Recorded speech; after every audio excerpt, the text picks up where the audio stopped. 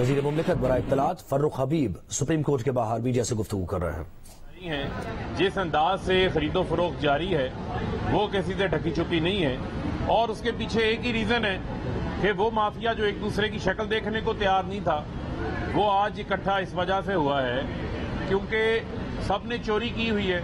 किसी को मकसूद चपड़ासी को बचाना है, किसी को पापड़ वाले फलूदे वाले के नाम पर की गई जो लूट मार है, जो जाली अकाउंट्स बनाए हुए हैं, उससे बचना है। तो मैं समझता हूं कि ये एक ऐसा टर्निंग पॉइंट है पाकिस्तान की तारीख में जहां पर तमाम सियासी जमातें जितनी माजी की थी ये बातें करती रही। आपके इल्म में है कि सेनेट के इंतखाबात हुए, वीडियो सामने आई, लोग किस तरीके से पैसों की गड्डियां जो हैं वो बैगों में भर रहे थे। यूसुफ रज़ा गिलानी का इलेक्शन आया, उनका साहबजादे की वीडियो आ गई और वो तस्लीम भी कर लेता है कि वीडियो में मैं हूं। वो इलेक्शन कमीशन में केस अभी तक चल रहा है, वो लालच दे के पैसों का खरीदो फरोख्त कर रहा है। अब भी जो है वो एक अदम एतमाद की कहानी चलाई जा रही है ज़मीरों के सौदे करके। तो मैं समझता हूं कि इसका रास्ता हमेशा हमेशा के लिए रुकना चाहिए।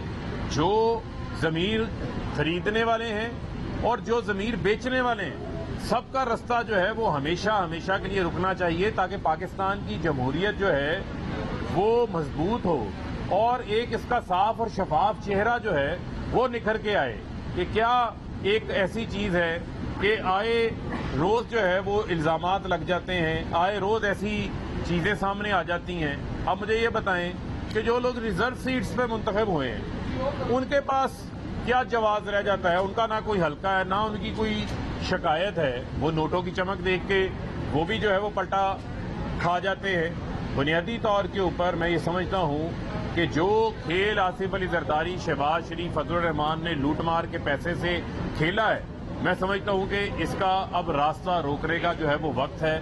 और सुप्रीम कोर्ट के सामने अब पाकिस्तान की तारीख का एक इंतहाई अहम मामला है। आर्टिकल 63A की जो है वो तशरीह होना बाकी है। और मैं अभी थोड़ी देर कबल मरियम सफदर जो है वो अपनी नैब, जहां पर मेरी लंदन में क्या, मेरी तो पाकिस्तान में कोई प्रॉपर्टी नहीं है, और कैलबरी फॉन्ट, जाली ट्रस्ट डीड, कतरी खत के मजाक के बाद जो सजाएं हुई हैं, उन अपीलों के ऊपर जवाब नहीं देना, उनके पीछे तो तारीखों के पीछे छुपते रहे हैं। वो केस तो खैर चल रहा है, लेकिन इनको ये मैं बताना चाहता हूं कि ये डेस्परेशन का किस शक्ल में शिकार हुए हैं। क्या इनको किस बात की जो है वो इनको जल्दी लगी हुई है? पाकिस्तान की मैशियत दुरुस्त सिमत में जा रही है, पाकिस्तान जो है एक्सपोर्ट्स हमारी बढ़ रही है, हमने हेल्थ कार्ड का मंसूबा दिया, प्राइम मिनिस्टर जो है वो रिकोटेक जैसे जुर्माने जो है वो माफ करवा लेते हैं, कार के जैसे जुर्माने माफ हो जाते हैं, IPPs के मायदे रीनिगोशिएट हो जाते हैं। ये नाहलियां तो इनकी थी जो हमने आके जो है वो ठीक की हैं। इनके पास तो किसी किस्म का कोई जवाब नहीं है, लेकिन ये चीखें इनकी निकली हुई हैं, ये चीखों पुकार इनकी निकली हुई है। और आज जो न्यूट्रल के सर्टिफिकेट्स बांट रहे हैं, मेरा ये इनसे सवाल है कि जो ये पहले बात करते थे वो बात ये पहले गलत करते थे या आज ये बात गलत कर रहे हैं? और इनको ये भी मैं चैलेंज करना चाहता हूं कि अब हमने इनको यू टर्न नहीं लेने देना, अब इस बात के ऊपर कायम रहना है आपने। और ये घोड़ा है, ये घोड़े का मैदान है और इंशाल्लाह इसका भी फैसला हो जाना है। वजीर आजम इमरान खान कहीं नहीं जा रहे और वो अगले 5 साल भी इंशाल्लाह वजीर आजम।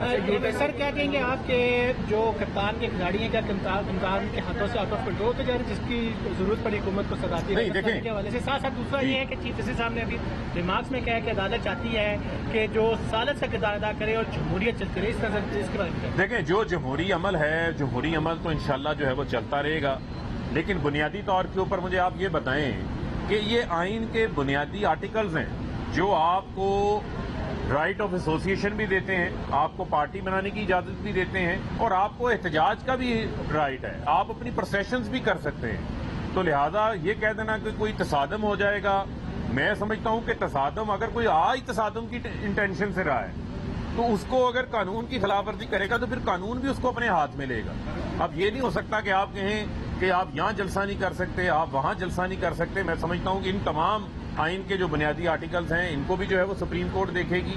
और इसके अलावा कप्तान के तमाम खिलाड़ी कप्तान के साथ खड़े हैं और जो लोग मुनहरफ भी हुए हैं ہم نے ان کو بھی موقع فراہم کیا ہے. 7 دن کا شو کاز نوٹس ایشو ہوا ہے. اگر کوئی اس سے کراس کر کے آگے جائے گا تو وہ تحریک انصاف کے ووٹوں پہ منتخب ہو کر آیا ہے. اور ابھی بھی جسٹس مدیب اختر کے ریمارکس بھی جو ہے وہ کوٹ ہو رہے ہیں آئین کے آرٹیکل 95 کے حوالے سے. خیر وہ ان کے ریمارکس ہیں, اس پہ کیا بات ہوتی ہے وہ آگے چل کے دیکھیں گے. لیکن جو شخص جس نے مجھے 1.25 لاکھ ووٹ دے کے فیصل آباد سے یہاں بھیجا ہے, اس نے عمران خان کو ووٹ دیا ہے کہ میرا جو ایک ووٹ ہے یہ عمران خان کی امانت ہے. اور عوام کا رد عمل اس وجہ سے آ رہا ہے کہ وہ ان کو اس پہ خیانت نہیں کرنے دیں گے. اچھا مبارک صاحب یہ بتا دیں کہ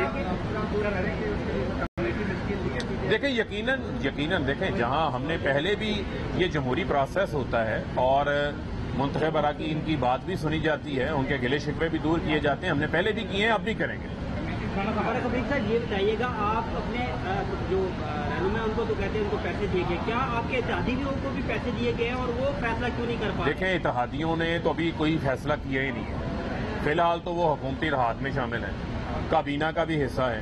اور میں سمجھتا ہوں کہ ہم اتحادیوں کو پہلے بھی 3.5 سال بڑے اچھے انداز سے ساتھ لے کے چلے ہیں اور یہ اتحادیوں کو بھی پتہ ہے. میں آپ کو صرف یہ بات بتانا چاہتا ہوں کہ ملک کو اس ٹائم جو ہے وہ کنٹینیوٹی کی ضرورت ہے, پالیسیز کی. ملک کی معیشت جو ہے وہ اس چیز کی متحمل ہی نہیں ہو سکتی جس قسم کا پروگرام اس سازشی ٹولے نے بنایا ہے, اور مجھے نظر آ رہا ہے کہ یہ انشاءاللہ ناکام ہو. بہت بڑی ایک دم سے سر پہلے آپ لوگ اتنے تھے اور ایک دم سے گیم سارا چینج ہو گیا, صورتحال اسٹیٹمنٹ کا ہاتھ تو نہیں ہے. نہیں دیکھیں, یہ کسی کے ہاتھ کا معاملہ نہیں ہے.